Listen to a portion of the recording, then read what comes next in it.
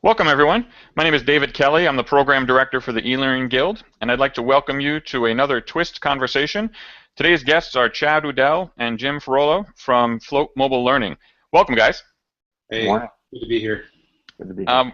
You guys are going to be at MLearnCon this June, and I know you guys are going to be doing a pre-conference workshop. Before we talk about the topic of the workshop and dive into some of the content, I want you to take a moment and introduce yourselves to the people viewing the video.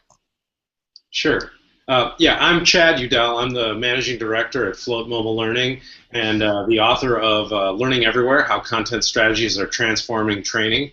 And this is, I think, the fourth MLearnCon that I'll be attending, and the second one that we're hosting a workshop for, and super excited to be headed out to San Diego again. And I'm Jim Ferolo. I'm the Director of UI and UX. I was also a contributor to the text that Chad mentioned. And I spend most of my time looking at ways in which people need to design compelling mobile experiences. I'm looking forward to sharing some of those processes with you in San Diego as well. Excellent. Well, welcome both of you.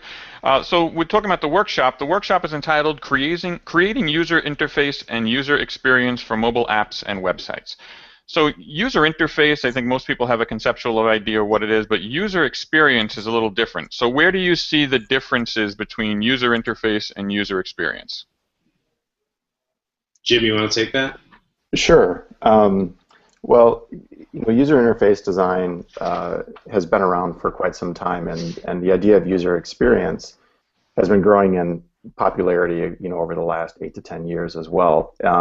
It begins to call upon sort of the cognitive and sort of the psychological things that you have to take into consideration when you're designing something for a device. And product design has thought about this for a very, very long time. We're really just getting back to it, in the last decade with interactive design and thinking about what the holistic experience is going to be.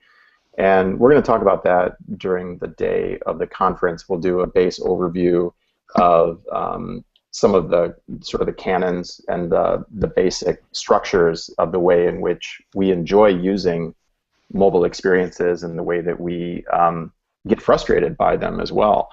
So to be a UI UX specialist, you have to understand the technical considerations of the platform. But then you really need to think about who your user is and what is going to make the experience pleasurable for them, and then obviously how it's going to migrate to all the different devices that we're using today. So I want to add on to that, just real simplification of what Jim just said, and that is that user interface is really how the product or project looks, and user experience is more like how it feels. Excellent. Oh, that brings it down. Thank you for that. So you guys are going to be talking about this at MLearnCon, and I know that there's going to be a lot of people, generally people who come from the learning and development field, are coming from an environment where they're designing for desktop and they have experience in that space, and now they're moving into mobile. And it's not just a matter of taking that content and porting it. It's not just a matter of taking the same sort of design principles that you used in a desktop environment and putting it in mobile. And I know that that's something that you're both passionate about. So what do you see as the key differences between designing for a desktop environment as compared to designing for a mobile environment? Well, I've got a couple things, and then I'll let Jim take the rest. And I think a couple things to keep in mind is, generally speaking, we've become very familiar with, I'm going to hold this up, but the use of a mouse or even our finger on a trackpad resulting in a precision input that is basically 1 to 2 to 3 pixels. You can get really very precise when you're interacting with these types of devices, but you're still disconnected from the actual hardware and user experience of the software that you're creating. Whereas on a mobile phone or a tablet, where your gestural input is actually basically 1 centimeter, not measured in pixels, you have a lot less precision, but a lot more agency and direct interaction with the materials that you're designing for. So there's a considerable difference there just in terms of how things look and how they should feel in order to make the user feel more empowered as they interact with the experiences that we're producing. Definitely. And then just to add on to that, obviously the mobile devices that we use have a ton of affordances: cameras, accelerometers, geolocation, near-field communication, any host of adaptive devices that people are developing for the medical industry, and technical fields, are really extending how we think about interface design and what is sort of active design, the things that we do as a user and active inputs versus sort of the passive things that control and sort of evolve experiences. Traffic apps are a great example where your design use, your user experience is dictated not just by the things that you input, but by all the data that's pouring into that application from the thousands or hundreds of thousands of other phone or device users that are in your area. And then the other thing is obviously the ubiquity. We talk about this all the time. The extended computing experience. You carry your mobile device with you all the time, so you think about the span of the interactions that you're going to have with a mobile experience as opposed to what you're using in a desktop environment. So you might be getting snippets of time that could be anywhere from 8 to 15 seconds, where you have an opportunity to capture a user's attention and to teach them something. And that's radically different than what people have been considering in comparison to e-learning, that's based on a desktop or a laptop sort of computing environment. And I know that you guys are going to be talking about diving deeply into how to help people design for mobile as part of your workshop. And I know that you're going to be touching a lot on UI design patterns. And can you talk a little bit about what those are and how they're different from templates that people coming into this workshop from an instructional design standpoint how it's different from that sort of a thing? Because it sounds kind of like a template, but it's different. Can you talk a little bit about what they can expect for that? Yeah. So first, I'll talk about what a template really kind of means to me, and that is, we get very used to launching a development tool, whether it be a rapid learning development tool, or say, for example, even PowerPoint, and choosing a master slide design or a template that is measured in absolute pixels, 1024 by 768 or what have you, and the accompanying slide designs, title fonts, image placement, etc. That would be considered very much a templated type of thing, where we're talking about narrative content, primarily read-only content, and has very little interaction other than simple linear or nonlinear navigation, perhaps some media playback, just simple things like that. Whereas a design pattern is far more robust, but also focused more on solving specific problems that the user may be encountering as they interact with the experience. So, Jim, what specifically do you think about a design pattern when you're talking about mobile learning? I think sometimes this is the most misunderstood idea in the UI and UX world, especially when people come in, because they do have this misconception that it's just the application of templates. But when you look at the root of a design pattern, it comes out of two very different disciplines. It comes out of architecture, and then also object-oriented programming.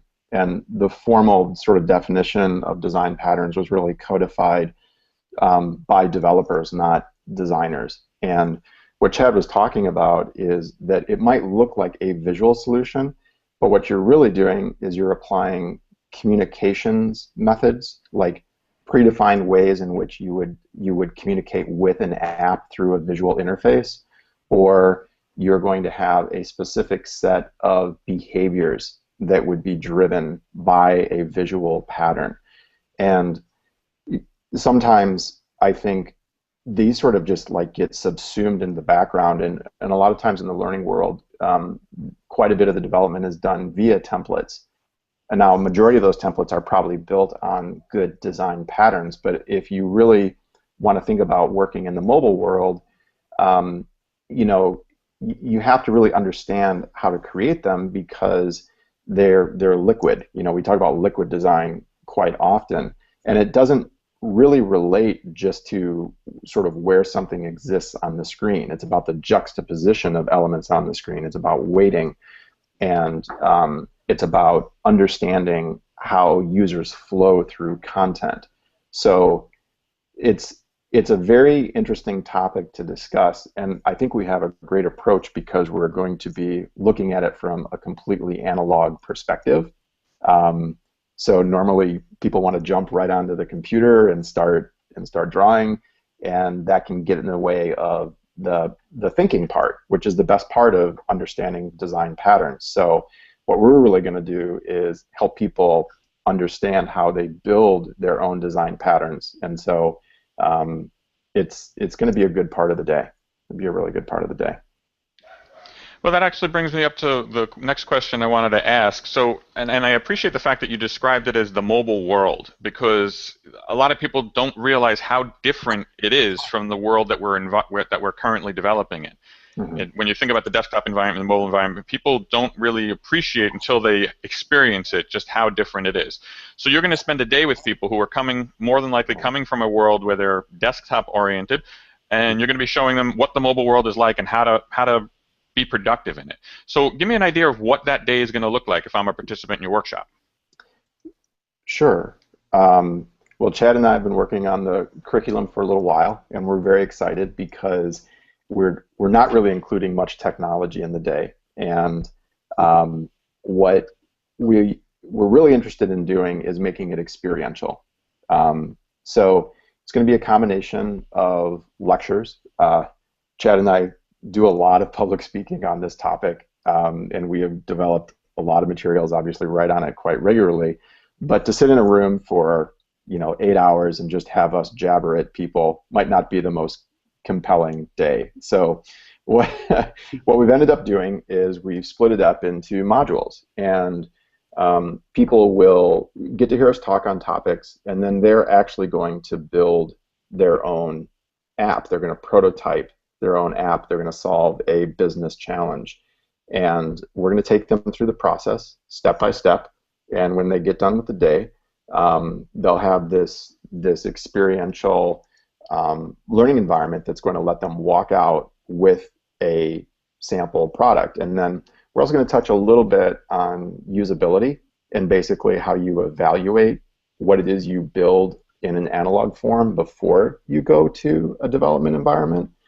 And I think that'll be extremely valuable for people that haven't done any formal testing before. And we expect it to be fast-moving and is really going to hopefully stretch people's brains and keep them actively involved. Yeah.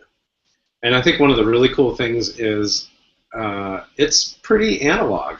We're going to be expecting people to use pens and paper and markers, and we're going to have a lot of fun and very little actual time spent behind the screen at all. So it's going to be great.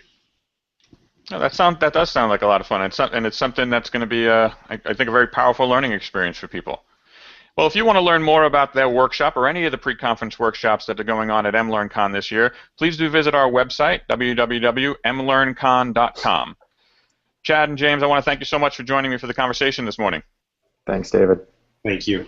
All right, we'll see you in June in San Diego. Great. Take care, everybody. Bye-bye. Bye.